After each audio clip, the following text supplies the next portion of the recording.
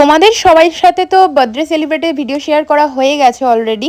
তো এবারে চলো আমার মেয়ে তার 5 বছরের জন্মদিনে কী কী গিফট পেয়েছে সেইগুলোই তোমাদের সাথে শেয়ার করি। গিফট খুলতে কার না কার ভালো লাগে বলো? আমি তো প্রচণ্ড বেশি ভালোবাসি গিফট খুলতে। আর এই গিফটগুলোর মধ্যে আমার মেয়ে আর তার সাথে আমাকেও অনেকে গিফট দিয়েছে। তো আমি ভাবিনি যে আমাকেও অনেকে দেবে। তো বেশ ভালোই লাগছিলো তো গিফটগুলো দেখতে।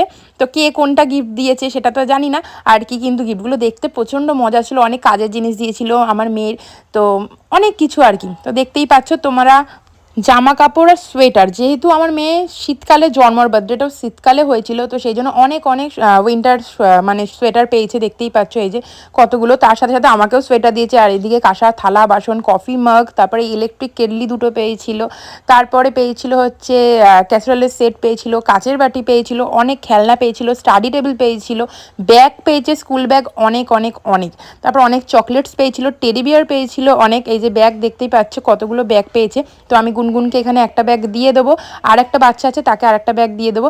তো আজকে আমার শাশুড়ি মা নেই, তার কারণ হচ্ছে মাকে বলেইছিলাম যে হসপিটালে ভর্তি আছে মা।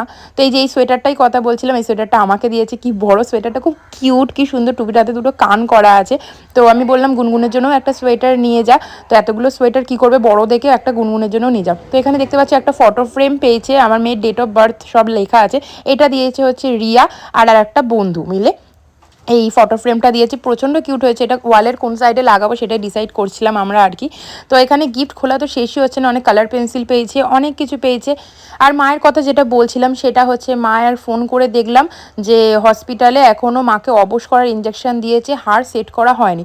আমি 10টা অবধি অপেক্ষা করছিলাম যে মা এলে তবে গিফটগুলো খুলবো। তারপরে বললো যে না, গিফটগুলো খুলে ফেল, সবাই আছে, কারণ সবাই তো বাড়ি চলে যাবে, তারপর আর দেখতে পাবে না, সবাই আছে যেহেতু গিফটগুলো খুলে ফেল। তো এখানে দেখতে পাচ্ছ এই দাদাটা বলছে এই নাও, এটা তোমার কাজের জিনিস দিয়েছি। তো কি সুন্দর একটা কলসি দিয়েছি, কি সুন্দর। এখন আর কলসি এই যুগে কেউ ব্যবহার করে না, কিন্তু এটা কিন্তু অনেক কাজের জিনিস, মানে ঠাকুর পুজোর জন্য অনেক কাজে কিন্তু লাগবে। তো আমরা তো হচ্ছি ঘটি মানে এদেশি, আর আমাদের মানে বিয়েতে দেওয়া হয় হচ্ছে ঘড়া, আর বাঙালদের বিয়েতে দেওয়া হয় হচ্ছে কলসি। তো আমি বলছি তো এটা তো দেওয়া যাবে না মেয়ের বিয়েতে, তো এটা আমিই রেখে দেবো। তো এই যে এখানে দেখতে পাচ্ছি একটা জুসারও পেয়েছি। আর মায়ের জন্য এদিকে মনটা খারাপও লাগছে, মা আসতে পারলো না, মা দেখতে পাচ্ছে না।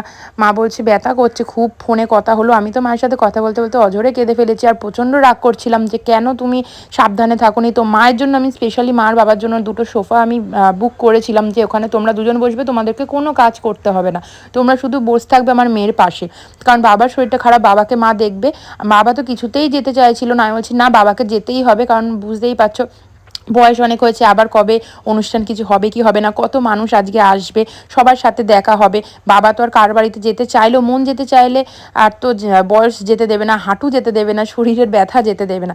সেই জন্যই আর কি বলে, যখন ইয়ং থাকবে, যখন শরীর ঠিক থাকবে, তখন মন খুলে সব জায়গায় ঘুরে নেওয়াটা উচিত। কারণ বয়স হয়ে গেলে মন ইচ্ছা করলেও তখন কিন্তু শরীর যেতে দেবে না কোথাও, সেরকমই আর কি। তো এই সোয়েটারটাও আর কি আমাকে দিয়েছে, এই সোয়েটারটাও খুব কিউট, খুব সুন্দর আর কি সোয়েটারটা।